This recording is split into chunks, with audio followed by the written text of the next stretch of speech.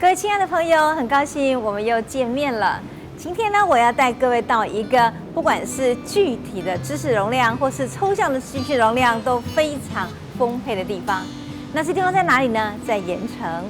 我们有一位文人史威格讲过说：“我不在家，就在咖啡馆；不在咖啡馆，就在往咖啡馆的路上。”在我们台南爱读册呢，我们把它改了台词，这个台词更受用了，那就是“我不在家，就在图书馆；不在图书馆，就在往图书馆的路上。”那您知道我们今天到哪一个有特色图书馆吗？您猜对了，盐城图书馆。因为它本身呢，它就是一个非常有意思的公共空间，甚至于它就是一个公共艺术。我们今天呢，要请我们的负责人，就是彭志伟，这位帅哥来跟我们做介绍。各位观众朋友，大家好。好，志伟啊，我看到这个图书馆的本身的外观，真的简直像是一个艺术耶。这是一个蔡宜章建筑师所设计的一个非常有名的图书馆，对不对？对。你可以给我们做一个介绍吗？好的，我们图书馆是于2015年12月19号启用的。那这个图书馆，它如各位观众看到，它是非常有特色。那它结合的是知识的结晶，还有书本的概念。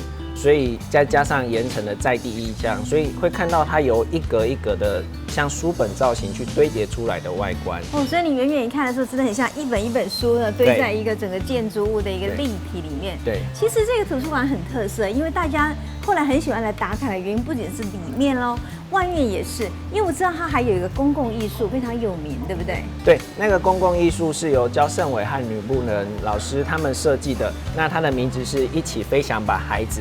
那它的概念就是呢，透过家长带领的小孩，他有一个推举的动作，那就是希望带着小孩在知识海里面飞翔这样子。所以呢，让书本的阅读打开之后，阅读就是一个飞翔的梦，也在这个地方呢可以完全实现，对不对？那我在想，您可不可以带我们进去里面看一看？因为其实很多人喜欢在里面打卡，所以里面也是个公共艺术了。是，好，那我们好。哇，志伟，你看啊，我这个空间一进来的感觉就感觉很有艺术感，而且真的很温暖耶。那这个设计师是怎么设计这个空间的？跟大家说明一下，我们设计师希望带给市民是一种来到自己的大书房的概念，所以他进来以后就有一个高挑的大厅设计。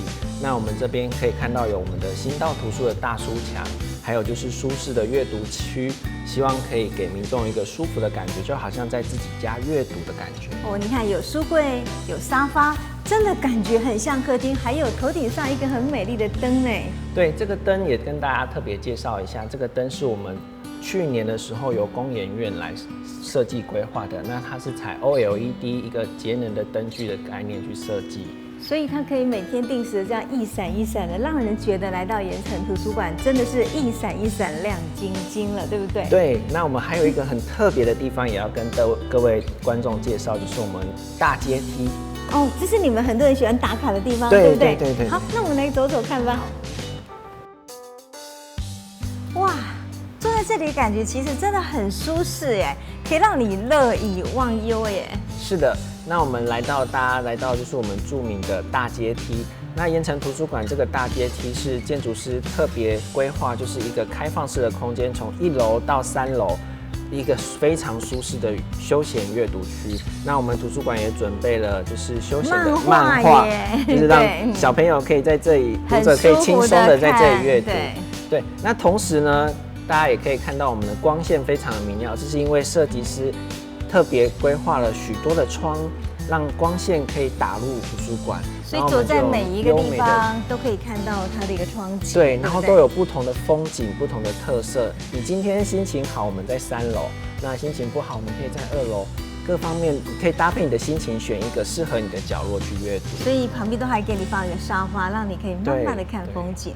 那我相信在图书馆中也会有很多的好讲座，让市民来参与咯。对，我们除了优质的环境，我们当然要搭配优质的活动咯。所以我们这边会准备了每年每个月都有固定的微光讲堂，还有就是会有科普的活动。那我们科普活动也是跟学校在地的学校合作去举办亲子共学，去学习 DIY， 去了解科普的知识。所以你看，这么好的一个盐城图书馆，它不仅是一个公共的艺术，而且呢，它还以科普为导向，那提供所有市民呢，今天来到这里之后，你可以做非常广度而且丰富的阅读。这么好的图书馆，如果您不来，那可就可惜了。欢迎您常常来盐城图书馆。谢谢志伟，谢谢老师。